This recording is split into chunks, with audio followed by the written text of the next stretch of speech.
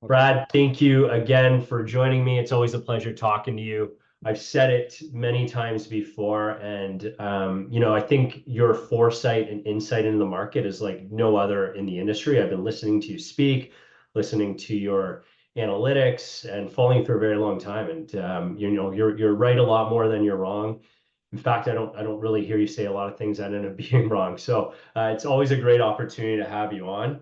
I want to jump right into it because, there's obviously a ton of questions about the current market. You've got a really, really exciting project in a neighborhood in Mississauga that, has a ton of demand, but really no new housing in many, many years. So I can't wait to hear more about that. So let's just jump right into it.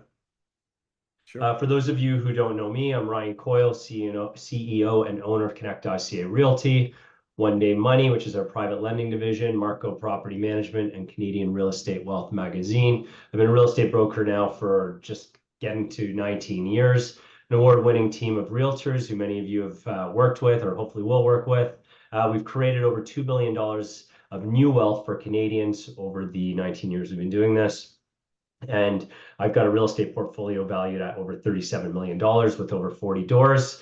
And knowing at a young age that a regular pension would not give financial freedom, I became obsessed with everything to do with real estate investment.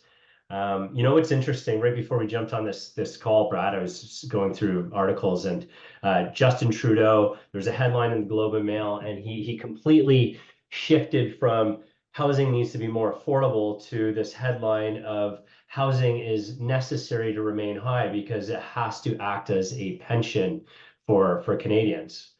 So that's interesting. There's a lot of conflict, I think, with probably that statement and his previous statements. And I'm just passionate. I'm passionate about passing on this knowledge and helping others do the same by making investing in real estate simple. And also bringing on expert guests like you. So if you don't mind, you want to give us a quick intro, Brad? I started off as a real estate agent. I mean, in real estate, I did something before that. I was an engineer, but I started off as a real estate agent, investor, then a real estate agent, then a real estate broker. At this point, I'm a developer. I've been doing it since, I've been involved in real estate investing since about 85, 86. An agent since 88, a broker since 95, developer since 2000. And, without going into the details, where we are today is I've built over $2 billion of development around Canada in Montreal, Ottawa, Hamilton, Calgary, and Toronto. And we have $8 billion in our pipeline right now, more than 4 times what we've done in the previous 20 years. We're going to do in the next 5 years. And so we will be ramping up to being one of the largest high-rise companies in Canada this year. We plan on. That's incredible. Congrats. Yeah. And I've invested in many of those projects. So how many units do you have like in the pipeline that haven't launched yet versus how many are currently under construction?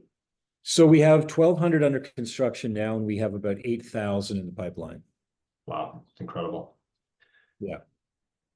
It's a lot. A lot. All right. So Brad, before we get into Reine, this project that everyone wants to learn more about, I really want to tap into your knowledge and your experience. So I'd love to hear about how you started investing in real estate. And the reason why I think that's really important for all of our viewers is, most of my clients used to be successful real estate investors who were, burnt out owning multi-residential or, just wanted something a little bit more passive and easier. But now it's mom and pop investors. And these are newbie investors who are starting with 1 unit, 2 units. And, we've helped them accumulate and build portfolios of 5 or 10 units. So, everyone would love to just hear how you got started in that. I know you've got a very large portfolio. So yeah, please feel free. Right. So I left university at 1984, graduated, and I got a job as an engineer, and I was making $21,000 a year. Lived with my parents. I lived with my parents till I was 30. And I did that to save money and get great food, But the first property I bought was a year out of university. I'd saved about $1,500, $1,800. And I bought, along with my three brothers, my older brother, my younger brother, we all pooled together a total of around $5,000. And we bought a townhouse in London, Ontario for 32 or 35,000. Now, we bought it in London, Ontario, because it's the only place we could afford. I mean, we liked London because it was a university there. It was a bit of a city. It was cheap. And the rents were, the cap rate on that thing was like 20. Wow. Wow. We got about $8,200 a year in rent. Yeah. For 35,000. So we had I don't know, 85% mortgage, and it carried, and we made an extra $200 or $300. So so I couldn't afford a property on my own. I couldn't afford a property to live in myself. I only could afford to do this kind of thing, but I wanted to get my foot in the market. A year later, I sold the property for $55,000. We took our $5,000 we started with, plus our roughly $20,000 profit, and I bought 4 townhouses. And that's how I started. I just, from 1985 or 86 to 1989, I did 20 buy and sell transactions. I accumulated a bit of a net worth. I had a bunch of real estate doors, as you call them. In 1988, in like January or February of 1988, I talked to my real estate agent in London, and I said, "How much did you make just for me this year?" And he said, $72,000. And at that time, I was making like 50 or 60 as an engineer. I'm like, "You made 72,000 from just my transactions." So I'm like, "Okay," I quit. So I quit my job, got my real estate license. And the idea was I was just going to sell myself stuff, and I was going to make a salary, and Right. it was going to be great, right? I was going to do that. And I went to real estate school, and everybody sucked. Real estate agents suck, right? They're just not very good at what they do. And so it was easy for me to do really well. So I did really well. I made, within like year 3, I was making like 750,000 a year in like 1990 in a recession. Yeah. But I was saving money, and then, so in 88, I was a real estate agent. By 95, I quit, and I started my own company, Brad Lamb Realty Inc. And, I was making maybe $1 million net a year. And in 96, I started buying condos again. And I'll say this, from 96 to 2005, I probably bought 60 apartments. And I'll tell you, I never could afford them. I mean, I was making lots of money, and I was, I guess wealthy-ish at the time, but I was always overbuying, and I was always stressing myself out about, where am I going to get the money? And so I lived simply. I didn't live with, at the time, like $1 million a year is like $3 million a year. Today, that's a lot of money. I didn't live with I had a BMW, but it wasn't like, anything amazing. And I lived in a condo, but it wasn't like, it was I paid $170,000 for it. Yeah. One of the buildings I sold. So I lived simply. I put all my money into real estate, and after, from 1990 to 2000, at that point I became worth about $10 million, and I decided I was going to get into development, and I did do a lot of development work with other developers as their selected broker choice. All the deals flowed through me. I helped the developers get it all together and figure it out and design it and whatever. Offered a lot of very high-end services that other guys didn't do, because I really knew the product that people wanted. So, and I have fairly good taste. So I was able to steer developers who mostly have terrible taste into good buildings, Peter Fried's of the world, the Harhays of the world, the Mark and Barry's of the world. These guys, really didn't have a lot of style. So I sort of got them all to do this modern, lofty type stuff. And I always bought 2, 3, 4, 5 units in the buildings. Yeah. So when I decided to develop, so I started with partners, guys that I was working for, as I was the broker for them. And I would, and I started buying sites and saying, "Hey, I have a site for you, but I want 10, 15% of the deal." And I became a 10, 15% partner, sometimes a third partner. Right. And then I did that for about 10 projects, made a bit of money. The numbers weren't huge. Like it was like maybe 200, 300, 400 grand a project I was making. Right. But put it together, it becomes something. And I decided to buy a parking lot on like King and Spadina on Oxley. It's a building called Glass. I Yeah. bought it for $4.1 million. It was a lot of money at the time. I sold 7 or 8 condos I owned. I just took that money and I put, $1.5 million, $2 million down on the parking lot, borrowed the rest. And that's how I started being a standalone on my own real estate developer. And from there, I just did, more and more and more and more and more. Yeah. And ultimately, as you figure out you never figure it out, but as you do your best to figure it out, you get better at it. And, hopefully you got more wins than losses. And that's how I am here today with completing, 24 buildings, and we have another 20 on the 20 or 30, I have other land I haven't moved forward. I've just moved forward 20 sites, but Yeah. I've probably 40 more buildings in me in the next Wow. 12 years. Yeah. That's incredible. Yeah. Good for you. It's amazing to watch that success. I'm curious about, do you still invest in condos, or are you just focusing on the development side? Well, yeah, no, I can't help buying a couple I mean, I'll tell you, in the past, I bought as many as 60 units in my buildings, and then I would sell 30 or 40 before it closed, like assigning them, and then close on 20. And the 20 was all paid for entirely by the 40 I sold, and I had basically free 20 condos. So that, that was a way to make more money as a developer. So I always try to figure out how to do developments so that we're always safe, because it's a super risky thing. So we Yeah. do marketing, we do the sales, we handle all the ads creation, we do all the PDIs, we do all the finishing meetings, we pick finishes. We do the development, we do the construction. I do all the loan guarantees, like all of that. And all of that is usually hire third parties for a lot of that. It's all fee-based, right? So it allows us to be a little bit more safe in a very unsafe world. Yeah. And for someone who's wants to follow in your, footsteps, not necessarily to be a big time developer, because there's a lot of hurdles there, but to build a portfolio and to be able to accumulate wealth that, it's life-changing money. It changed your life. It allowed you to be able to take that massive step from, broker, condo investor to big time developer. So, for a mom and pop investor, what type of advice can you give to someone getting started? Well, when I was through the 90s, from like 96 to 2000, when I bought about 60 apartments, um, if I had just held on to all those apartments, it's 25 years later, more or less, I would have a $60 million net worth just with those, right? Right. And was it hard to do? Yeah, but I mean, back in those days, the condos were 120, 150, 200,000. So I needed 60 grand a condo. So I needed maybe $2 million, $3 million to do all that. But Right.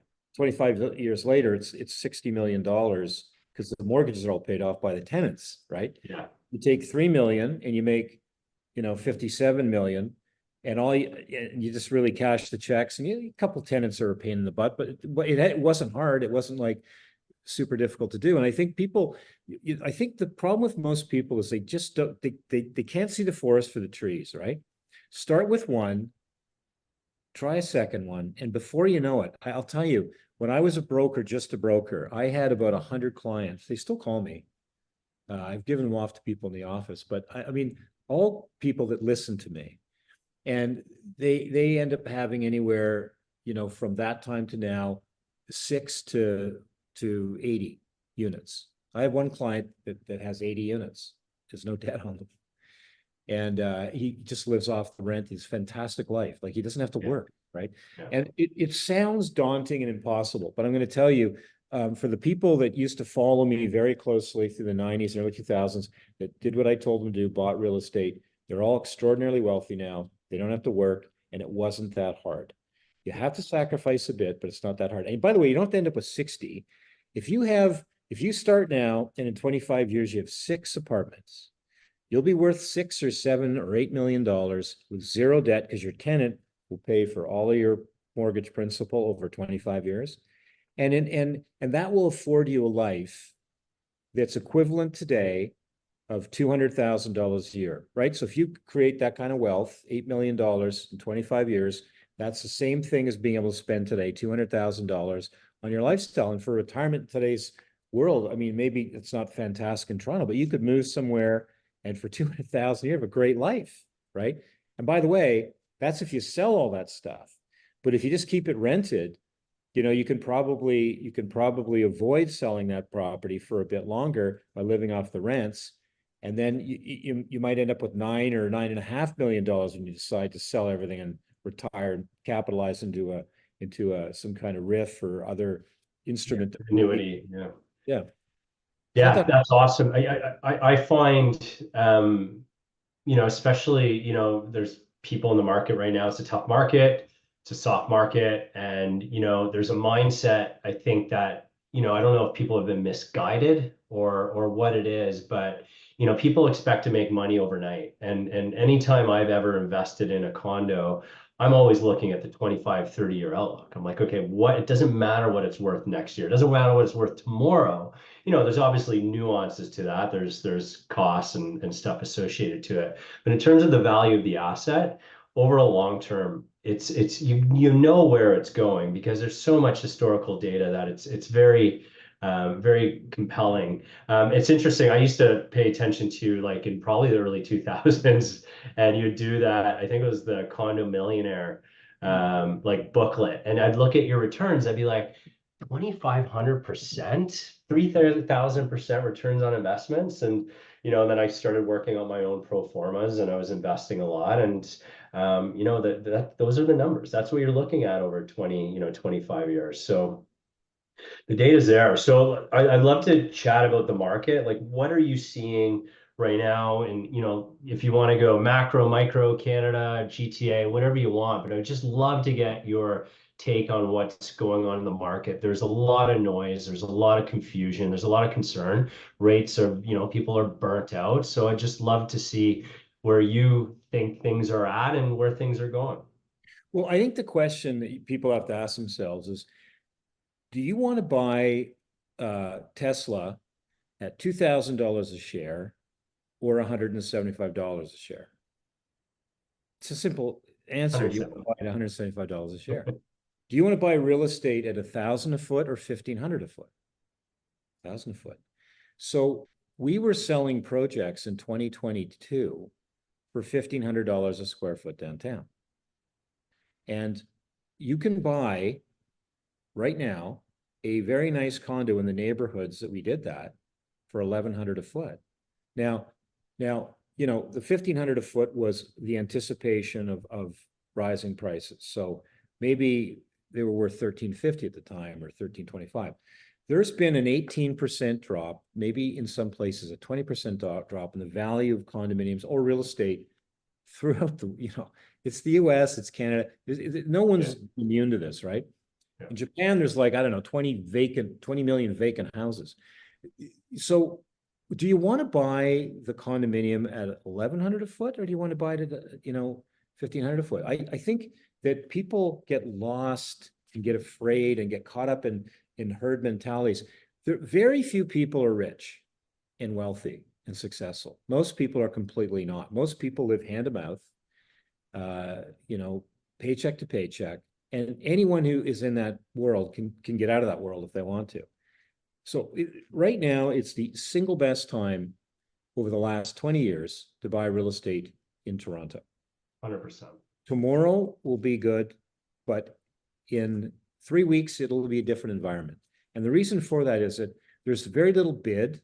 There's bid, but very little bid in real estate in Toronto. Like you could buy an office building. You buy a $100 million office building right now for $35 million.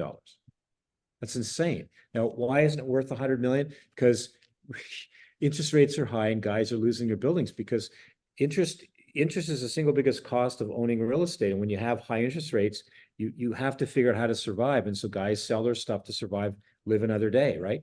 People have lots of assets. It's a great time to buy, and people should buy.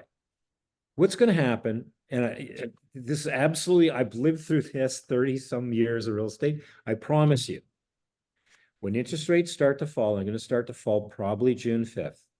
That quarter point will make our phones ring twice as much. Yeah. And in July or August or September, this will be another quarter point. And the phones will ring another 50%. And every extra buyer that adds to the market is an extra bidder for a property. If a property is asking $999.9 and there's one offer, it's going to go for $965. If it's asking $999.9 and there's two offers, it's going to go for $1,020,000. If it's asking $999.9 and there's five offers, it's going for 1.2. So you see, 960 versus 1.2. That's the variance in real estate, 20% over the next 6 months. You will see a 20% rise in real estate over the next 6 months in Toronto. You'll see people selling projects in September, October, November, again, for $1,600 a foot, and they're going to sell out. And all of the stupid lemmings are going to run over the cliff again. And what they should have done is bought now. I'm not saying they shouldn't buy then, they should, because we have a situation in Canada where our prime minister, God bless him, one thing he did that maybe was trying to improve the betterment of life for Canadians is we need more people, right? We're not reproducing enough. Our population is going to shrink. So he brought in a bunch of immigrants, mostly great immigrants. Mostly immigrants are really going to help our economy. Smart people, hardworking people. I love these people. And they're the salt of the earth that are going to take us to the next great thing in Canada. But too many people in the last 5 years by a factor of 2. We have 2 million too many people here. We have a shortage of 4 million homes. It's never going to be made up, and it'll take 25 years to fix that problem. So for the next 25 years, real estate's going to be the hot ticket. Everyone's going to talk about. You'll hear every prime minister complain that housing's too expensive. They'll flip-flop just like he did, just like you talked about, where, well, it's actually your retirement fund. Before it was like, real estate's not in a retirement fund. What are you talking about, right? Now it is. Of course it is, because the average net worth of a tenant is, guess what? $24,000. The average net worth of a property owner is $700,000. A 35 times, which is 3,500% more net worth if you own your home versus if you rent your home. Why would you ever be a tenant if you don't have to be? Some people have to be, that's okay. But if you can avoid being a tenant, if you can make changes in your life to not be a tenant and be a landlord and be an owner of your own property, why wouldn't you do it? And now is a great time to get in, because it's only going to get more expensive going forward. Yeah, I couldn't agree with you more. And I think on top of that, so there's obviously the market has been soft, and I totally agree with you for all those reasons. I believe it will pick up and pick up fast. But there's inventory to work through, and that'll take, maybe a month, 2 months, maybe 6 months. You know better than me. But what I find interesting when you look at the data in terms of new home sales and forecasted completions, I was looking at some data provided by Zonda the other day. In 2028, the expected completions in the GTA is 8,000, around 9,000 units. And in 2029, it's 1,800 units. Now, things will be pushed back and that number will increase. Maybe a project will launch at the end of this year and sell out and be ready in 2029. It'll change. But the reality is this is what I call the perfect storm. And the reason why I say that is because it has been a very challenging time for this short period of time. But what it's doing is it's creating so much opportunity and I think returns in the future for investors. Yeah, if you're a patient investor in real estate, any investor should be patient. Right. You're not going to get rich quick. If you're a patient investor, real estate, I tell you, man, what is a $500,000 condo now in 10 years is $1 million condo. A studio apartment will be $1 million in Toronto in 10 years. I promise you, it will be. And I'm going to tell you why. I know, I build them. I know exactly what it costs me to build a condo. And I'm going to tell you, it doesn't get cheaper building to building. The next building, this one we're doing, Reine, it will be more money than the last one I did. And that's because nobody takes a pay cut. The drywallers want more money. The guys that make brick want more money. The cities need more money because they're broke. So who pays for that? We pay for that through taxes and higher costs. So the smart people are buying real estate now. That you should buy now. And listen, when you buy a new building, you're right, it's 4 years, 5 years, maybe 6 years away for a tower. interest rates, by the time you close on these condos, the values will be up 20, 25, 30%. But not only that, interest rates will be low. They're going to be low. They've decimated, they've absolutely, with COVID and this interest rate stuff, destroyed the economy. It's now got to rebuild, and it's going to take another 8, 10 years to rebuild to the next peak. 2035 is the next time to worry about, a recession. So you got a good 10-year run here. And even if there's a recession, it's for a year. You got a good 10-year run, and forever, real estate prices in Toronto are only, anywhere in Canada, only going to get more expensive. That's awesome. Let's talk about your new building. All right. Well, I mean, obviously, it's always an opportunity to have you speak, and thank you for your insight. I value it greatly. I'm really excited about this project. We've been pre-marketing it. The response has been incredible, and this is a type of market where responses aren't, that strong this day and age. I think a lot of it has to do, obviously, you build great projects, but maybe walk me through the project. Let's walk through Streetsville, because this is a very unique project for a very unique neighborhood. So I'd love to hear what's the idea, the creativity, and the vision behind this. Yeah, well, I picked this one to go first in this market because this is the one that's going to succeed, and in the next 6 months, others will. But the reason why this will succeed has nothing to do with listen, it's a fantastic building. It's one of our nicest buildings from a design standpoint. Architecturally, very modern, very nice, fits into the neighborhood. It's a mid-rise, phenomenal facilities. But the reason why this is going to do well, or I think it will, knock on wood, right? I hope it does. But I think the reason it will, and we have like 1,100 people already that reached out to us. And, that's a lot, right? Because, generally end users don't really call about projects anymore. We have 600 end users live in the neighborhood. So why this is going to do well, I think, is because there's never been a scale condo in Streetsville. This is it. Yeah. And there's room for another 3 or 4 or 5 of this scale. There's also room for some mid-rise, some low-rise further down into Streetsville. But to get this kind of size, it's going to be in this part of Streetsville. So Streetsville is the village in Mississauga. And if you live there, you never want to leave. Right. Yeah. People love it. It's a wonderful, low-key, slower life style, similar to when you see movies of small-time American or Canadian life, it just seems very, romantic and nice to stroll the local cafes and the bars and the restaurants and the stores, and everybody knows everybody. It's very safe, and it just feels comfortable. Like, what's great about this is you're like 5 minutes from the highway. You're 5 minutes from the GO train. You got transit. You can go anywhere on your bike. You can walk anywhere. You're in the modern world with this building. Yeah. But you're in this old city named after this guy's street that got 1,000 acres granted to him, and he built a town here. And it's the only town like it. Yeah, it's incredibly unique. It's like a city within a city. And yeah. First time I went here years ago, I was like, what is this like? What county is this? Like, what little town is this? And then I learned it's just like a part of Mississauga. It's nestled on the Credit River. I mean, the guys who work for me used to, inner tube down the Credit River. They go into Streetsville on their bikes, and you still do that, but you can kayak.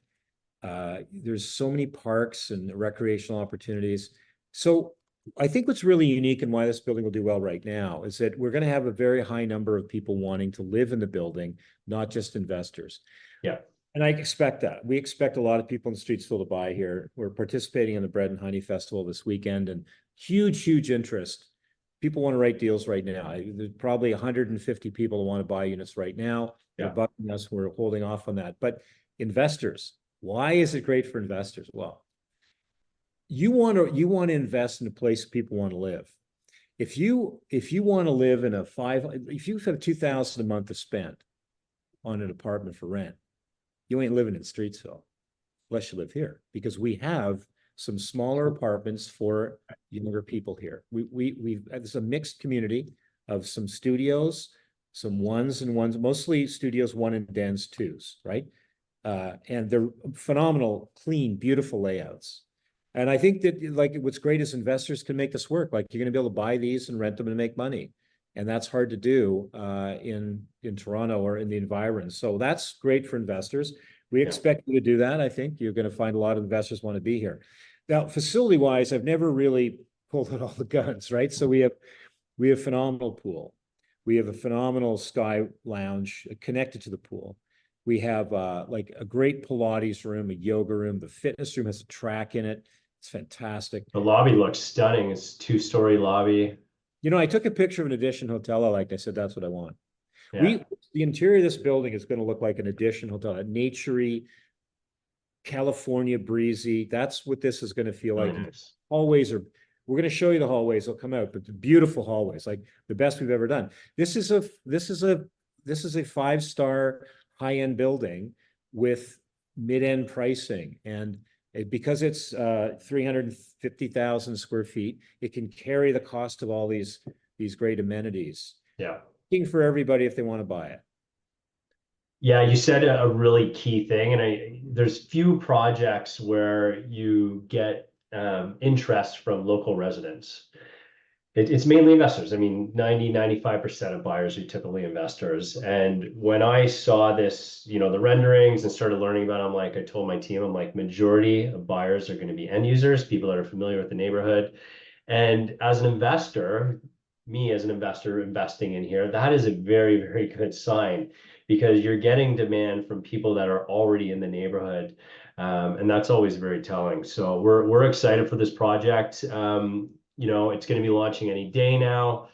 And anything else that you can tell us about the building or in terms of key dates, Brad? We're going to release all of the floor plans and all of the assets, I guess, as you guys call them, Yeah. on Monday after the Bread and Honey Festival. And we will be, you'll be able to send in your requests for units. We're going to write the units probably around the 16th. Okay. But we're going to collect them all and assign them and see what we have. And I agree. I think we're going to be at least 50% are occupied, which means the building will be, it's a nice building, but it means be well managed because people who live there care, people that own it really care about their common elements, right? Yeah. Awesome. Well, I appreciate your time. You got a building to build, many buildings to build. So thanks for your time, Brad. I always appreciate it. And I look forward to working with you on this project. You're welcome. Good luck.